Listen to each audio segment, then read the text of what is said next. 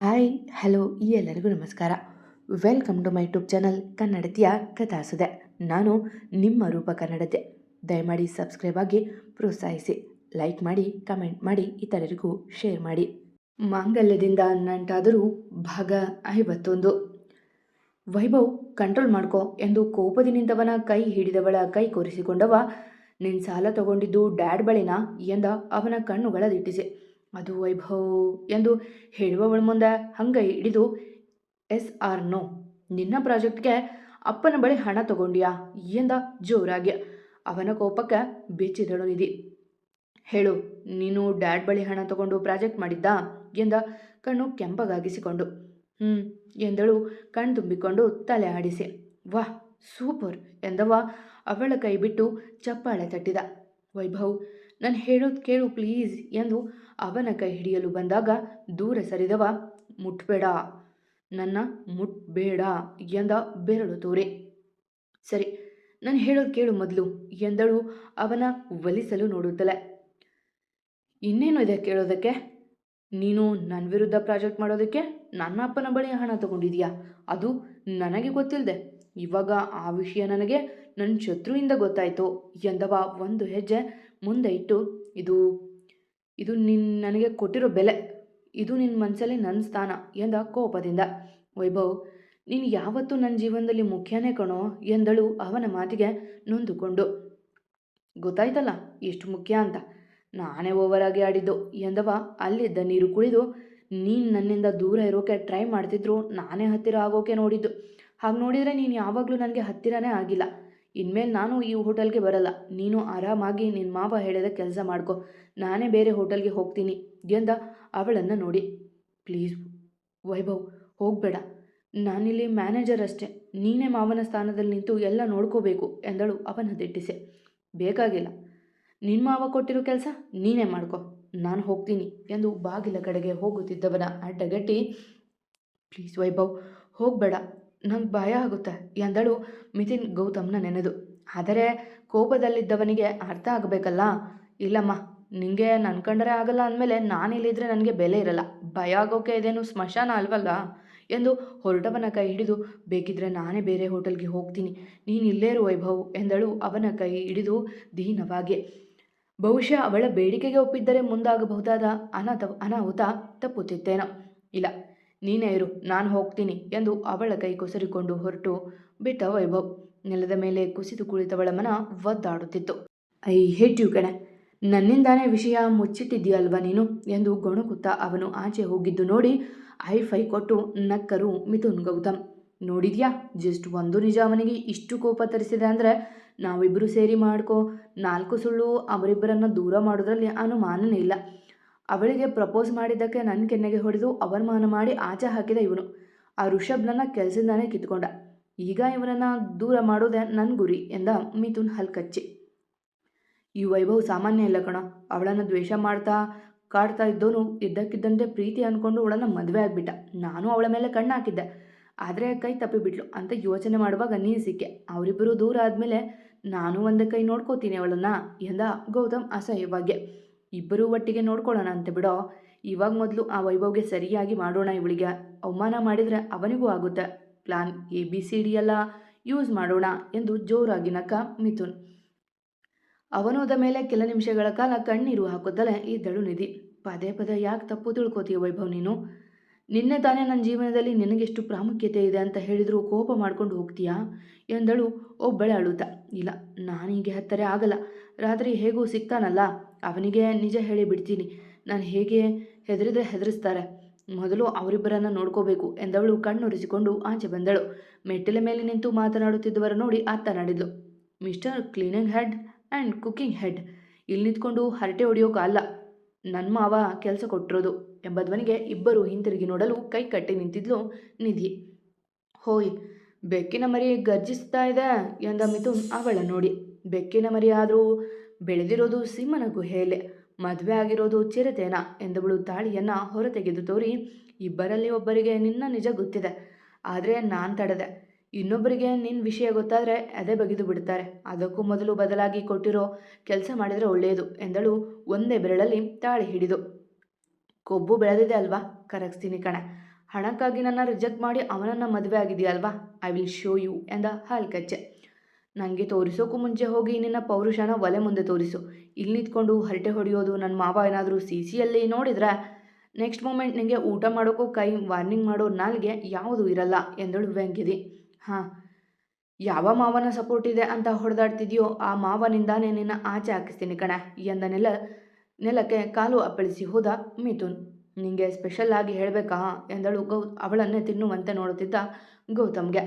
ಹೇಳು, ಬೇಕಿದ್ರೆ ಸಿಹಿಯಾಗಿ ಎಂದು ತುಟಿಯಿಂದ ಮುತ್ತಿಡುವಂತೆ ಸನ್ನೆ ಮಾಡಿ ನಡೆದ ತನ್ನ ಕೆಲಸ ನೋಡಲು. ದೇವರೇ, ಈ ಪರಿಸ್ಥಿತಿ ಎದುರಿಸೋ ಧೈರ್ಯ ನೀನೇ ಕೊಡಪ್ಪ ಎಂದಳು ಕಾಣದ ದೇವರಿಗೆ ಕೈ ಮುಗಿದು. ಮಧ್ಯಾಹ್ನದವರೆಗೂ ಹೇಗೋ ಅವರಿವರ ಜೊತೆಗೆ ಇದ್ದೇ ಕೆಲಸ ಮಾಡಿದ್ಲು. ಅವರ ಭಯಕ್ಕೆ ಇಬ್ಬರ ಎದುರಿಗೆ ಹೋಗಲು ಭಯವಿದ್ದರೆ ಉಸಿ ಧೈರ್ಯ ಮಾಡಿದ್ಲು. ಅತ್ತೆ, ಮನೆಗೆ ಊಟಕ್ಕೆ ಬನ್ನಿ ಅಂದಿದ್ರು. ಗೊತ್ತು, ಕಾಲ್ ಮಾಡಿ ನೋಡ್ತೀನಿ, ಪಿಕ್ ಮಾಡಲ್ಲ, ಕೋಪಿಷ್ಟ ಎಂದು ಬೈದುಕೊಂಡೇ ಫೋನ್ ಮಾಡಿದ್ಲು. ಅವಳ ಊಹೆಯಂತೆ ಕಾಲ್ ರಿಸೀವ್ ಮಾಡಲಿಲ್ಲ ಅವನು. ಕೊಬ್ಬು ಎಂದು ಬೈದುಕೊಂಡು ಅವನ ಫೋನ್ ಇಟ್ಟು ಕೆಲಸದಲ್ಲಿ ತೊಡಗಿದ್ಲು. ಸಮಯ ಆಗುತ್ತಾ ಹೋದಂತೆ ಹೊಟ್ಟೆ ಹಸಿವಾದರೂ ನಿಮಿಷಕ್ಕೊಮ್ಮೆ ಫೋನ್ ನೋಡಿದ್ಲು ಅವನ ಕರೆಗಾಗಿ. ಫೋನ್ ರಿಂಗಣಿಸಿದಾಗ ಆವರಿಸದೆ ನೋಡಿದ್ಲು, ಅದು ಮೈಥಿಲಿಯವರ ಕರೆಯಾಗಿತ್ತು. ಹಲೋ, ಹೇಳಿ ಅತ್ತ ಎಂದಳು ಮೆಲ್ಲಗೆ. ಟೈಮ್ ನೋಡಿದ್ರಾ? 2 ಗಂಟೆ ಮೀರಿದೆ. ಊಟಕ್ಕೆ ಬರೋಕೆ ಆಗಲ್ವಾ ಎಂದರು ಗದರಿಕೆಯಲ್ಲಿ. ಅದು ಅತ್ತೆ, ನಾನು ಎಂದು ತಡವರಿಸುತ್ತಿದ್ದವಳ ನೋಡಿ, ಅವನೆಲ್ಲಿ ಗುಂಡಣ್ಣ, ಫೋನ್ ಕಾಲ್ ಪಿಕ್ ಮಾಡೋಕೆ ಆಗಲ್ವಾ ಅವನಿಗೆ ಎಂದರು ಕೋಪದಿಂದಲೇ. ಅತ್ತೆ, ಅವನು ಆಚೆ ಹೋಗಿದ್ದಾನೆ, ನೀವೇ ಅವನಿಗೆ ಊಟ ಮಾಡೋಕೆ ಹೇಳಿ. ನಾನು ಹೇಳಿದರೆ ಕೇಳಲ್ಲ ಅವನು. ನಾನು ಇಲ್ಲೇ ಮಾಡ್ತೀನಿ ಅತ್ತೆ, ಕಸ್ಟಮರ್ ಸ್ವಲ್ಪ ಜಾಸ್ತಿ ಇದ್ದಾರೆ ಎಂದಳು ಮೆಲ್ಲಗೆ. ಇವತ್ತು ಒಂದೇ ದಿನ ನಿಮಗೆ ಎಕ್ಸ್ಕ್ಯೂಸ್, ನಾಳೆ ಇಬ್ಬರು ಮನೆಗೆ ಬರಬೇಕು ಎಂದು ಗದರಲು ಸರಿ ಎಂದು ಕರೆ ತುಂಡರಿಸಿ ಕುಳಿತಳು. ಸಂಜೆವರೆಗೂ ಹೇಗೋ ಕಾಲ ಕಳೆದು ಮತ್ತೆ ಅವನಿಗೆ ಕರೆ ಮಾಡಿದ್ಲು. ಅವನೇ ಅಲ್ಲವೇ ಅವಳನ್ನು ಕರೆ ತಂದದ್ದು, ಆದರೆ ಫೋನ್ ಸ್ವೀಕರಿಸಲಿಲ್ಲ ಅವನು. ಆಗಲೇ ಹೋಟೆಲ್ ಬಿಟ್ಟು ದಾರಿಯಲ್ಲಿ ಬರುತ್ತಿದ್ಲು.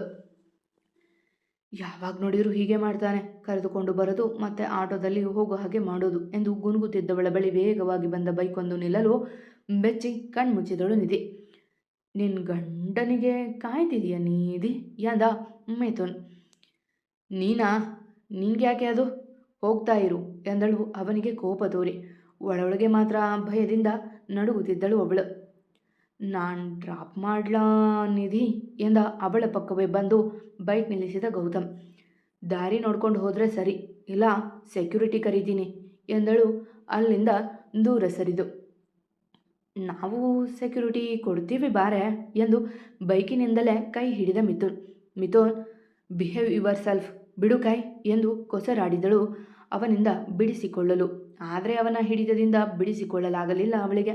ಮಿಥುನ್, ಇವತ್ತು ನಾನು ಕರೆದುಕೊಂಡು ಹೋಗ್ತೀನಿ, ನಾಳೆ ನೀನು ಕರೆದುಕೊಂಡು ಹೋಗು ಎಂದು ಇನ್ನೊಂದು ಕೈ ಹಿಡಿದು ಎಳೆದ ಗೌತಮ್. ಸೆಕ್ಯೂರಿಟಿ ಎಂದು ಅರಸಲು ಅಲ್ಲಿಂದಲೇ ಹೆಚ್ಚೇನು ದೂರ ಬಂದಿರದ ಕಾರಣ ಅವಳು ಕೂಗು ಕೇಳುವ ಸೂಚನೆ ಕಂಡಾಗ ಅವಳನ್ನು ತಳ್ಳಿದವ. ನೋಡ್ಕೋತೀನಿ ಕಣೆ ನಿನ್ನ ಎಂದು ಬೈಕ್ ವೇಗ ಹೆಚ್ಚಿಸಿದ. ನೆಲದ ಮೇಲೆ ಬಿದ್ದ ಹುಡುಗಿಯ ಕೈ ಗಾಯವಾಗಿತ್ತು. ಕಣ್ತುಂಬಿಕೊಂಡು ಎದ್ದವಳು ಆಟೋಕ್ಕೆ ಕೈ ಅಡ್ಡ ಹಾಕಿ ಮನೆ ಸೇರಿದ್ಲು. ಯಾಕಮ್ಮ ನಿಧಿ, ಮುಖ ಸಪ್ಪಗಿದೆ, ಕೆಲಸ ಜಾಸ್ತಿ ಇತ್ತಾ ಎಂದರು ಮೈಥಿಲಿ ಅವಳ ಮುಖ ನೋಡಿ. ಅತ್ತೆ ಎಂದಳು ಮೆಲ್ಲಗೆ. ಅವನೆಲ್ಲಿ ನಿಧಿ, ಇಬ್ಬರು ಜೊತೆಗೆ ಕೆಲಸ ಮಾಡಿ ಅಂತ ಹೇಳಿರಲಿಲ್ವಾ, ಒಬ್ಬಳೆ ಮೈ ಮೇಲೆ ಹಾಕ್ಕೊಂಡು ಮಾಡ್ತಿದ್ಯಾ ಎಂದರು ವಸಿಷ್ಠ ಅವಳ ಮುಖ ಗಮನಿಸಿ. ಮಧ್ಯಾಹ್ನವರೆಗೂ ಇದ್ದ ಮಾವ, ಆಮೇಲೆ ಚೂರು ಕೆಲಸ ಅಂತ ಹೋದ ಎಂದಳು ಮೆತ್ತಗೆ. ಸರಿ, ನೀನು ಫ್ರೆಶ್ ಆಗಿ ಬಾ, ಕಾಫಿ ಕೊಡ್ತೀನಿ ಎಂದರು ಮೈಥಿಲಿ ಅವಳ ತಲೆ ಸವರಿ. ಅತ್ತೆ, ತಲೆನೋವು, ಮಲಗ್ತೀನಿ, ಏನು ಬೇಡ ಎಂದು ಅಲ್ಲಿಂದ ನಡೆದರೆ ವಸಿಷ್ಠ ಅವರ ತಲೆಯಲ್ಲಿ 106 ಯೋಚನೆಗಳು ಓಡಾಡತೊಡಗಿದ್ವು. ಯಾಕೋ ಒಂಥರ ಇದ್ದಾಳೆ ಅಲ್ವಾ ವಸಿ ಎಂದರು ಮೈಥಿಲಿ ಅವಳೋದ ದಾರಿಯನ್ನೇ ನೋಡುತ್ತಾ. ಹಾಂ, ನಿನ್ನ ಮಗ ಬರಲಿ ಇರು ನೋಡೋಣ ಎಂದರು ವಸಿಷ್ಠ. ಮಡದಿಗೆ ಚಿಂತೆ ನೀಡುವವರಲ್ಲ ಅವರು. ನೀವು ಟೀ ಕುಡಿತೀರಿ, ಅವಳಿಗೆ ವಿಕ್ಸ್ ಕೊಟ್ಟು ಬರ್ತೀನಿ ಎಂದು ಮೇಲೆ ನಡೆದರು ಮೈಥಿಲಿಯವರು. ಕೋಣೆಗೆ ಬಂದವರಿಗೆ ಯಾವುದು ಬೇಡವಾಗಿತ್ತು. ವೈಭವ್ ಅಂದ ಮಾತುಗಳ ನೆನೆದು ನೋವುಂಡಳು. ಸುಮ್ಮನೆ ಮುದುಡಿ ಮಲಗಿದಳು ಹಾಸಿಗೆಯ ತುದಿಯಲ್ಲೇ. ಹಣೆಯ ಮೇಲೆ ತಣ್ಣಗಿನ ಸ್ಪರ್ಶವಾದಾಗ ಕಣ್ಬಿಟ್ಟವಳ ಮುಂದೆ ಮೈಥಿಲಿಯವರು ಕಾಣಲು, ಅತ್ತೆ ನೀವೇ ಬರೋಕಕ್ಕೆ ಹೋದ್ರಿ ಎಂದಳು ಎದ್ದು ಕುಳಿತುಕೊಳ್ಳಲು ನೋಡುತ್ತಾ. ನಿಂಗೆ ವಿಕ್ಸ್ ಅವಶ್ಯಕತೆಗಿಂತ ನನ್ನ ಮಾತುಗಳ ಅವಶ್ಯಕತೆ ಇದೆ ಅನ್ನಿಸ್ತು, ಅದಕ್ಕೆ ಬಂದ. ವೈಭವ್ ಏನಾದರೂ ಹೇಳಿದ್ನಾ, ಮತ್ತೆ ನೀನು ಗುಂಡಣ್ಣ ಜಗಳ ಮಾಡ್ಕೊಂಡ್ರಾ ಎಂದರು ಅವಳ ನೋಡಿ. ಇಲ್ಲ ಅತ್ತೆ, ಹಾಗೇನಿಲ್ಲ ಎಂದಳು ತಡವರಿಸಿ. ನಿನ್ನ ಮಾತಲ್ಲೇ ಗೊತ್ತಾಗುತ್ತೆ, ಜಗಳ ಆಡೋದು ತಪ್ಪಲ್ಲ, ಆದರೆ ಅವನ ಕೋಪ ಕಡಿಮೆ ಮಾಡೋದು ಮುಖ್ಯ. ಯಾವುದೇ ಪರಿಸ್ಥಿತಿಯಲ್ಲಿ ಅವರನ್ನು ಬಿಟ್ಟು ಕೊಡದೆ ಅವರ ತಪ್ಪನ್ನು ಅವರಿಗೆ ತೋರಿಸೋದು ಮುಖ್ಯ. ನಾವೇ ಕಿತ್ತಾಡಿಕೊಂಡು ದೂರ ಇದ್ದರೆ ನಾವು ದೂರ ಆಗೋಕ್ಕೆ ಕಾಯ್ತಾ ಇದ್ದವರು ನಮ್ಮ ಮಧ್ಯೆ ಬಂದು ಬಿಡ್ತಾರೆ. ಇಷ್ಟು ನಾನು ಹೇಳಬೇಕು ಅಂದ್ಕೊಂಡಿದ್ದು. ಪ್ರತಿ ಬಾರಿ ನಾವೇ ನಿಮ್ಮ ಮಧ್ಯೆ ಬರೋದು ಸರಿಯಲ್ಲ, ನೀವೇ ಸರಿ ಮಾಡ್ಕೊಳ್ಳಿ ಎಂದು ಎದವರು ಅಳ್ತಾ ಕೂತು ಮೈಥಿಲಿ ಆಗಬೇಡ, ಸ್ವಲ್ಪ ಯೋಚನೆ ಮಾಡು ಮಿಸಸ್ ವಸಿಷ್ಠನ ಥರ ಎಂದು ನಕ್ಕು ಹೋದರು. ಏನೇ ಇದ್ರೂ ಕಂಡುಹಿಡಿತಾರೆ ಇವರು ಎಂದು ನಕ್ಕವಳು ಅವರ ಮಾತುಗಳ ನೆನೆದು, ಬರಲಿ ಅವರು ಇವತ್ತು ಮಾತಾಡದೆ ಬಿಡೋದೇ ಇಲ್ಲ, ನಾನು ಹೇಳೋಕೆ ಹೋದರೆ ಕೇಳಲ್ಲ ಅಲ್ವಾ ಎಂದು ಬಟ್ಟೆ ಬದಲಾಯಿಸಿ ಕೆಳಗೆ ಬಂದು ಅವನಿಗಾಗಿ ಕಾಯ ತೊಳೆದಿದ್ಲು. ತನ್ನ ಮುಖಭಾವದಲ್ಲೇ ಎಲ್ಲ ಕಂಡುಕೊಳ್ಳುವ ಅತ್ತೆಯ ಮುಂದೆ ನಗುತ್ತಾ ಉಳಿದ್ಲು. ರಾತ್ರಿ 8ರ ವೇಳೆಗೆ ಮನೆಗೆ ಬಂದ ವೈಭವ್ ಹಾಲ್ನಲ್ಲೇ ಕುಳಿತಿದ್ದ ಯಾರನ್ನು ನೋಡದೆ ಮೆಟ್ಟಿಲೇರುತ್ತಿದ್ದವನ ನೋಡಿ, ಎಲ್ಲೋಗಿದ್ದೋ ಇಷ್ಟೊತ್ತು, ಮನೆಗೆ ಬರೋದಕ್ಕೆ ಹೊತ್ತು ಗೊತ್ತು ಏನೂ ಇಲ್ವಾ ನಿಂಗೆ ಎಂದು ಗಂಭೀರವಾಗಿಯೇ ಕೇಳಿದರು ವಸಿಷ್ಠ ಅವರು. ಇನ್ನೊಂದು ಹೋಟೆಲ್ಗೆ ಹೋಗಿದ್ದೆ ಡ್ಯಾಡ್, ಅಲ್ಲಿಂದ ಬರ್ತಾ ಹಾಗೆ ಫ್ರೆಂಡ್ ಸಿಕ್ಕಿದ್ರು, ಮಾತಾಡಿಸ್ಕೊಂಡು ಬಂದೆ. ಮಾಮ್ ಊಟ ಬೇಡ ನನಗೆ ಎಂದ ಮೆಟ್ಟಿಲು ಹತ್ತುತ್ತಾ. ನಿಂತ್ಕೊಳ್ಳೋ, ಮಾತಾಡ್ತಿರೋದು ಕೇಳ್ತಿಲ್ವಾ ನಿಂಗೆ ಎಂದು ಕರೆದರೂ ನಿಲ್ಲದಿದ್ದಾಗ ಮೈಥಿಲಿ ಅವರು ನಿಧಿಗೆ ಕಣ್ಸಂಜೆಯಲ್ಲೇ ಮಾಡಲು ತಾನು ಹಿಂಬಾಲಿಸಿದಳು ಅವನನ್ನು. ವೈಭವ್ ಯಾಕಿಷ್ಟು ಕೋಪ ನಿಂಗೆ ಎಂದಳು ಒಳಗೆ ಬರುತ್ತಲೇ. ಅಲ್ಲಿರಲಿಲ್ಲ ಅವನು. ಚೇಂಜ್ ರೂಮಿನ ಒಳಗೆ ನಡೆದಳು ಅವನ ಮಾತನಾಡಿಸಲಿಲ್ಲ. ವೈಭವ್ ನಿನ್ನಿಂದ ಮುಚ್ಚಿಡೋ ಥರ ಏನಿರಲಿಲ್ಲ ಎಂದಳು ಶರ್ಟ್ ಬಿಚ್ಚಿ ಎಸೆಯುತ್ತಿದ್ದವನು ನೋಡಿ. ನಿಧಿ ಎನಾಫ್, ನನಗೆ ಮಾತಾಡೋಕ್ಕೆ ಇಷ್ಟ ಇಲ್ಲ, ಮೂಡೂ ಇಲ್ಲ ಎಂದು ಹೇಳುತ್ತಲೇ ಬೇರೆ ಶರ್ಟ್ ತೊಟ್ಟ. ನನಗೆ ಸಾಲ ಕೊಟ್ಟಾಗ ಅವರು ನಿನ್ನಪ್ಪ ಅಂತ ಗೊತ್ತಿರಲಿಲ್ಲ ಎಂದಳು ಅವನ ಮುಂದೆ ನಿಂತು. ಗೊತ್ತಾದ ಮೇಲೆ ಹೇಳ್ಬೋದಿತ್ತಲ್ಲ ಎಂದ ಟವೆಲ್ ಸೊಂಟಕ್ಕೆ ಸುತ್ತಿಕೊಂಡು. ನನಗೆ ಮರೆತೇ ಹೋಗಿತ್ತು ಎಂದಳು ಅವನ ಮುಂದೆ ನಿಂತು ಕಿವಿಯನ್ನು ಹಿಡಿದು. ಹೋ ವಾ, ಇದು ಮರೆತು ಹೋಗುವಂತಹ ವಿಷಯ ಎಂದ ಪ್ಯಾಂಟ್ ಕಿತ್ತೊಗೆದು. ನಿಜ ವೈಭವ್, ಮಾವ ಸಹ ನಿನಗೆ ಆದಾಗ ಕೊಡು ಅಂದಿದ್ರು, ಅದಕ್ಕೆ ನೆನಪೇ ಇರಲಿಲ್ಲ ಎಂದಳು ಮೂತಿ ಮರಚಿ. ನೀನು ನಿನ್ನ ಮಾವ ಹಿಡಿದ ಹಾಗೆ ಕೇಳು ಎಂದು ಬೇರೆ ಪ್ಯಾಂಟ್ ಏರಿಸಿಕೊಂಡು ಹೊರಡಲು ಮುಂದಾದ. ವೈಭವ್ ಪ್ಲೀಸ್, ನಾನು ಮಾತಾಡೋದಾದರೂ ಪೂರ ಕೇಳು ಎಂದು ಅವನ ಅಡ್ಡಗಟ್ಟಿದಳು. ಇವಾಗ ಆ ವಿಷಯ ಬೇಕಾಗಿಲ್ಲ, ಬಿಟ್ಟಾಕು. ಅದು ಬೇರೆಯವರಿಂದ ಆಚೆ ಬಂದಿದ್ದಕ್ಕೆ ಹೇಳ್ತಿದೀಯಾ, ಇಲ್ಲ ಅಂದಿದ್ರೆ ಯಾವ ಕಾರಣಕ್ಕೂ ಈ ವಿಷಯ ನನಗೆ ಹೇಳ್ತಾನೆ ಇರಲಿಲ್ಲ. ನಿನ್ನ ಜೀವನದಲ್ಲಿ ಎಂದು ಹೇಳುವವನ ಮಾತುಗಳು ಅಲ್ಲೇ ನಿಂತವು. ಕಾರಣ ಅವನ ಮಾತುಗಳು ನಿಲ್ಲಿಸಲು ಅವನ ಅದರ ಬೆರೆಸಿದಳು ನಿಧಿ. ಅವಳ ದಿಢೀರ್ ವರ್ತನೆಗೆ ಅವನಂತೂ ಗಾಬರಿಯಾಗಿದ್ದ. ಅವನ ಮಾತು ನಿಲ್ಲಿಸಲು ಏನೋ ಪ್ರಯತ್ನ ಮಾಡಿದವಳಿಗೆ ಭಯವಾಗಿ ಹಿಂದೆ ಸರಿಯುತ್ತಾಗ ತಾನೇ ಮುಂದಾಗಿ ಅವಳನ್ನು ನಿಲ್ಲಿಸಿದ ಕೆಲಸವ ಮುಂದುವರಿಸಿದ್ದ ಸ್ವೀಟ್ ಗರ್ವಿಷ್ಠ. ಅಬ್ಬಾ, ಕೋಪ ಮಾಡಿಕೊಂಡ್ರೆ ಇಂಥ ಒಳ್ಳೆ ಸ್ವೀಟ್ ಸಿಗುತ್ತೆ ಅನ್ನೋದಾದರೆ ಇನ್ಮುಂದೆ ದಿನಾ ಕೋಪ ಮಾಡ್ಕೋತೀನಿ ಎಂದ ಮೆತ್ತಗೆ ಅವಳ ತುಟಿ ಕಚ್ಚಿ. ವೈಭವ್ ಎಂದು ನಾಜಿ ಅವನೆದೆಗೂಡು ಸೇರಿದಳು ನಿಧಿ. ಇಷ್ಟೊಂದು ನಾಚಿಕೊಂಡ್ರೆ ಹೇಗೆ, ಶುರು ಮಾಡಿದ್ದು ನೀನು, ಟೆಂಪ್ಟ್ ಮಾಡಿದ್ದು ನೀನು ಎಂದ ಅವಳ ನಡು ತಬ್ಬಿ. ನಾನು ಮಾತಾಡೋದು ಕೇಳೋದೇ ಇಲ್ಲ ನೀನು ಎಂದು ದೂರಿದಳು ಅವನನ್ನು. ಕೇಳೋಕೆ ಏನಿದೆ ವೈಫಿ, ನಿನ್ನ ಮೇಲೆ ನಂಬಿಕೆ ಇದೆ, ಅಪ್ಪನ ಮೇಲೆ ಭರವಸೆ ಇದೆ, ಇಬ್ಬರು ಏನೋ ಮಾಡಿದಾರ ಅಂದರೆ ನಾನು ಯಾಕೆ ಅಡ್ಡ ಬರಲಿ ಎಂದ ನಗುತ್ತಲೆ. ಮತ್ತೆ ಕೋಪ ಮಾಡಿಕೊಂಡಿದ್ದು ನನ್ನೊಬ್ಬಳನ್ನೇ ಬಿಟ್ಟು ಹೋಗಿದ್ದು ಎಂದಳು ಕಣ್ ಸಂಕುಚಿಸಿ. ನಾಟಕ ಎಂದ ಕಣ್ಮುಟುಕಿಸಿ. ನಿನ್ನ ಎಂದು ಅವನ ಭುಜಕ್ಕೆ ಪಟಪಟನೆ ಹೊಡೆದಳು. ಆದರೆ ನಗುತ್ತಲೇ ಇದ್ದನವ. ನಾನೆಷ್ಟು ಹೆದರಿದ್ದೆ ಗೊತ್ತಾ, ಹೋಗೋ ನೀನು ಎಂದು ಕಣ್ತುಂಬಿಕೊಂಡು ಹೊಡೆಯುತ್ತಿದ್ದವಳ ಕೈ ಹಿಡಿದ. ಅಮ್ಮ ಎಂದು ಅರಿಸಿದಳು ಆದ ನೋವಿಗೆ. ಏನಾಯಿತು ಎಂದ ಕೈ ನೋಡಿ ಅಂಗೈ ತೆರಚಿ ಗಾಯವಾಗಿತ್ತು. ಏನೇ ಇದ್ರು ಎಂದ ಅವಳ ಕೈಯನ್ನು ಸರಿಯಾಗಿ ಹಿಡಿದು ನೋಡುತ್ತಾ. ಅದು ಏನಿಲ್ಲ ಎಂದಳು ಕಣ್ ತಪ್ಪಿಸಿ. ಏನಾಯಿತು ಅಂತ ಹೇಳ್ತೀಯಾ ಅಥವಾ ನನ್ನ ಸ್ಟೈನಲ್ಲಿ ಸರ್ಚ್ ಮಾಡಲಾ ಎಂದಾಗ ಕೈ ಹಿಂತೆಗೆದುಕೊಂಡು ಮಿಥುನ್ ಗೌತಮ್ ಮಾಡಿದ್ದು ಎಂದಳು ಮೆಲ್ಲಗೆ.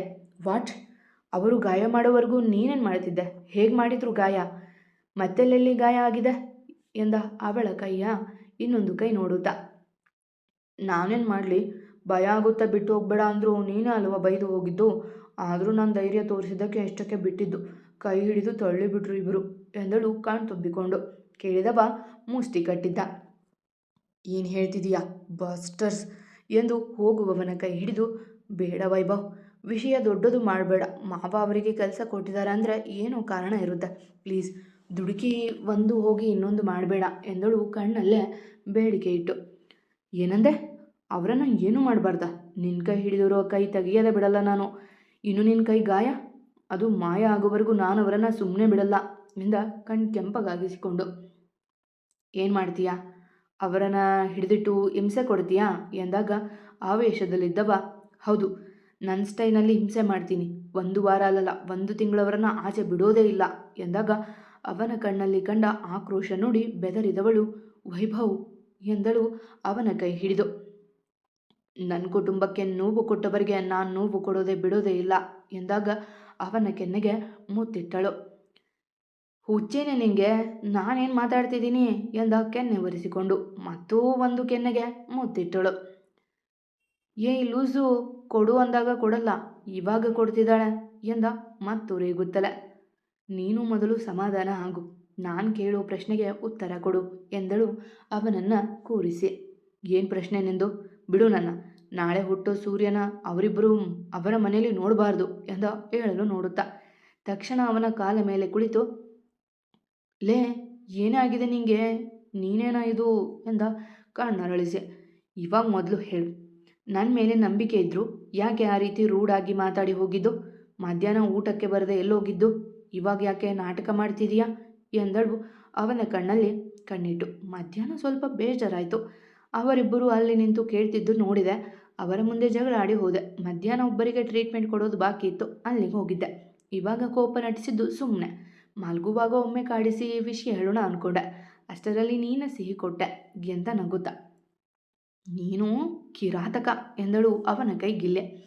ಇವಾಗ ನೀನು ಹೇಳು, ಅವರೇನು ಮಾಡಿದರು, ನಾನು ಹೋದ್ಮೇಲೆ ಅವನ ಜೊತೆ ಏನೋ ಮಾತಾಡ್ತಿದ್ದೆ, ಏನದು, ಇಬ್ಬರು ಉರ್ಕೊಂಡ್ರು ಅಲ್ವಾ ಎಂದ ಅವಳ ನೋಡಿ. ಈಗ ಏನೋ ಮಾಡ್ತೀನಿ ಅಂದರು, ಮಾಡಿ ತೋರಿಸಿ ಅಂದೆ, ಅದಕ್ಕೆ ಉರ್ಕೊಂಡ್ರು. ಸಂಜೆ ನಿನಗಾಗಿ ಕಾಯ್ತಿದ್ದೆ, ಆಗ ಇಬ್ಬರು ಬೈಕಲ್ಲಿ ಬಂದು ಎಳೆದಾಡಿ ಬೀಳಿಸಿದ್ರು ಎಂದಳು ಬೇಸರದಿಂದ.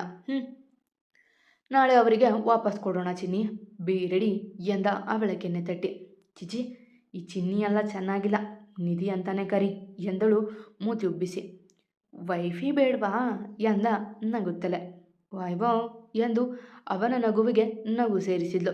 ಮತ್ತೆ ನಾಳೆ ಆ್ಯಕ್ಷನ್ ತಗೊಳ್ಳೋದಾ ಎಂದ ಅವಳ ನಡುವನ್ನು ಬೆಳೆಸಿ ಹಿಡಿದು. ಇಲ್ಲ, ನಾನೇ ತಗೋತೀನಿ, ಇವತ್ತು ನೀನು ಜೊತೆಗಿಲ್ಲ ಅನ್ನೋ ಭಯ ಇತ್ತು, ನೀನು ಜೊತೆ ಇದ್ದರೆ ನಾನು ಅವರನ್ನು ಎದುರಿಸ್ತೀನಿ ಎಂದಳು ನಗುತ್ತಲೆ. ಉಸಿರು ಹೋಗೋವರೆಗೂ ನಿನ್ನ ಜೊತೆಗೆ ಇರ್ತೀನಿ ಎಂದವನ ತುಟಿಯ ಮೇಲೆ ಬೆರಳಿಟ್ಟು, ಪ್ಲೀಸ್ ಆ ಥರ ಎಲ್ಲ ಮಾತಾಡಬೇಡ ಎಂದಳು ಸಪ್ಪಗೆ. ಮಾತಾಡಿದ ತಕ್ಷಣ ಏನಾಗಲ್ಲ, ಈ ನಗು ಮುಖ ಸ್ವಲ್ಪ ತೋರಿಸು ಎಂದಾಗ ಉಸಿ ಮುನಿಸು ತೋರಿದು ಬೆಳು. ಬಾ, ಅತ್ತೆ ಮಾವ ಕಾಯ್ತಿದ್ದಾರೆ ಎಂದಳು ಅವನ ಬಿಟ್ಟು ಮೇಲೆದ್ದು. ಇದು ಒಂಥರ ಚೆನ್ನಾಗಿತ್ತಪ್ಪ ಎಂದವ ಅವಳ ಕೈ ಹಿಡಿದು. ಈ ಕೈ ಬಿಡೋದು ನನಗೂ ಗೊತ್ತಿಲ್ಲ, ಅಂತಹ ಸಂದರ್ಭ ಬಂದರೆ ನೀನೇ ನನ್ನ ಪ್ರಶ್ನೆ ಮಾಡಬೇಕು, ಇವತ್ತು ಮಾಡಿದ ಥರ ಎಂದಾಗ ನಕ್ಕು ತಾನು ಅವನ ಕೈ ಹಿಡಿದು. ಖಂಡಿತ ಜೀವನದಲ್ಲಿ ಯಾವುದನ್ನು ಬಯಸಿಲ್ಲ, ಯಾವುದನ್ನು ಪಡೆದುಕೊಂಡಿಲ್ಲ, ಬಯಸದೆ ಸಿಕ್ಕಿರೋ ಈ ಪ್ರೀತಿನ ಖಂಡಿತ ಕಳೆದುಕೊಳ್ಳಲ್ಲ, ಆದಷ್ಟು ಪ್ರಯತ್ನ ಮಾಡ್ತೀನಿ ಈ ಉಸಿರು ಇರುವವರೆಗೆ ಎಂದಳು ಅವನಂತೆ. ಇದಪ್ಪ ನನ್ನ ವೈಫಿ ಅಂದರೆ ಎಂದು ನಗುತ್ತಾ ಕೆಳಗೆ ಬಂದವರ ನೋಡಿದ ಕಂಗಳು ಅರಳಿದವು. ಹೆಂಡತಿ, ಜನಗಳು ಎಷ್ಟು ಬೇಗ ಬದಲಾಗಿ ಬಿಡ್ತಾರೆ ಅಲ್ವಾ, ಈಗಷ್ಟೇ ನಾನು ಊಟಕ್ಕೆ ಕರೆದರೆ ಓಡಿ ಹೋದವರು ಒಳ್ಳೆ ರೊಮ್ಯಾಂಟಿಕ್ ಆಗಿ ಸ್ಲೋ ಮೋಷನಲ್ಲಿ ಬರ್ತಿದ್ದಾರೆ ಎಂದರು ವಸಿಷ್ಠ ಮಗನ ನೋಡಿ.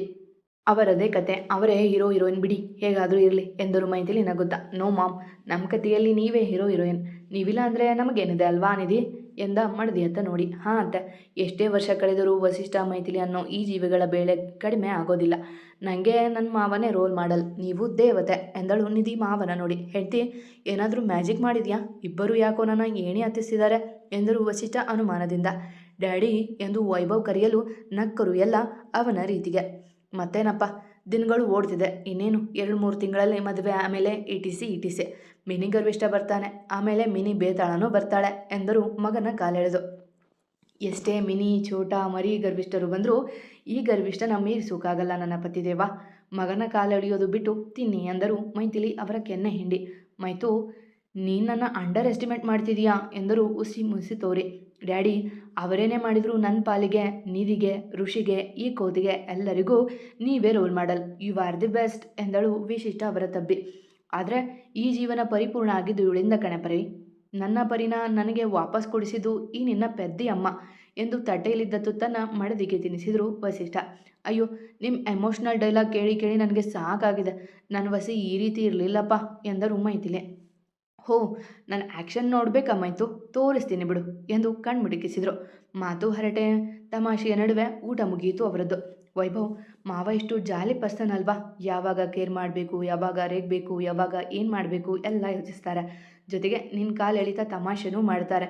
ಸಚ್ ಎ ಪರ್ಫೆಕ್ಟ್ ಪರ್ಸನ್ ಅಲ್ವಾ ಎಂದಳು ನಿಧಿ ಗಂಡನ ಎದೆಯ ಮೇಲೆ ಮಲಗಿ. ಹೌದು ಕಣೆ, ಅವರಿಂದ ಕಲಿಯೋದು ತುಂಬ ಇದೆ. ಒಬ್ಬ ಮಗನಾಗಿ, ಗಂಡನಾಗಿ, ನಾಯಕನಾಗಿ, ಅಪ್ಪನಾಗಿ, ಅಣ್ಣನಾಗಿ, ಮಾವನಾಗಿ ಎಲ್ಲ ಜವಾಬ್ದಾರಿ ಚೆನ್ನಾಗಿ ನಿಭಾಯಿಸಿದ್ದಾರೆ. ಅವರ ಜಾಗದಲ್ಲಿ ಬೇರೆ ಯಾರೇ ಇದ್ದಿದ್ರೂ ನಮ್ಮ ಮದುವೆನ ಇಷ್ಟು ಈಸಿಯಾಗಿ ತಗೊಂಡು ನಮ್ಮಿಬ್ಬರ ಒಂದು ಮಾಡೋಕೆ ಇಷ್ಟು ಕಷ್ಟಪಡ್ತಿರ್ಲಿಲ್ಲ ಎಂದ ಭಾವುಕನಾಗಿ. ಹೌದು ವೈಭವ್, ನೀನು ಅವರ ಥರಾನೇ ಆಗಬೇಕು ಎಂದಳು ಅವನ ನೋಡಿ. ಅದು ಅಸಾಧ್ಯ, ಆದರೆ ಪ್ರಯತ್ನ ಮಾಡ್ತೀನಿ. ನೀನು ನನ್ನ ಜೊತೆಗೆ ಇರಬೇಕು ಅಮ್ಮನ ಥರ. ಅವರು ಅಪ್ಪನನ್ನು ಯಾವ ಸ್ಥಿತಿಯಲ್ಲೂ ಬಿಟ್ಟು ಹೋಗಿಲ್ಲ ಎಂದ ಅವಳ ಹಣೆಗೆ ಚುಂಬಿಸಿ. ಇಲ್ಲ ಎಂದು ಅವನ ಕೆನ್ನೆಗೆ ಮುತ್ತಿಟ್ಟು ಕಣ್ಮುಚ್ಚಿದಳು. ಒಬ್ಬರನ್ನೊಬ್ಬರು ಅರಿತರೆ, ಪ್ರೀತಿಯಲ್ಲಿ ನಂಬಿಕೆ ಇಟ್ಟರೆ, ಪರಸ್ಪರ ಗೌರವವಿದ್ದರೆ ದಾಂಪತ್ಯ ಸವಿಜೇನಿನಂತೆ. ಹೌದಲ್ವಾ? ಮತ್ತೆ ಸಿಗುವ. ಕತೆ ಇಷ್ಟ ಆಗ್ತಿದೆ ಅಂದ್ಕೊತೀನಿ. ತುಂಬ ದೊಡ್ಡ ಎಪಿಸೋಡ್ ಹಾಕ್ಸ್ತಿದ್ದೀನಿ, ಹಾಗಾಗಿ ಜಾಸ್ತಿ ನನಗೆ ಸಪೋರ್ಟ್ ಮಾಡಿ ಆಯಿತಾ? ಪ್ಲೀಸ್ ಸಬ್ಸ್ಕ್ರೈಬ್ ಮಾಡಿ. ಕತೆ ಇಷ್ಟ ಆಗಿದೆ ಅಂದರೆ ಬೇರೆಯವ್ರಿಗೂ ಶೇರ್ ಮಾಡಿ, ಅವರು ಕೇಳಲಿ ಅಲ್ವಾ ಇಷ್ಟು ಸಿಹಿಯಾದ ಕಥೆಯನ್ನು. ಎಂದಿನಂತೆ ನಿಮ್ಮ ಪ್ರೀತಿ, ಕಮೆಂಟ್, ಪ್ರೋತ್ಸಾಹದ ನಿರೀಕ್ಷೆಯಲ್ಲಿ ನಾನು ನಿಮ್ಮ ರೂಪ ಕನ್ನಡತೆ. ಧನ್ಯವಾದಗಳು.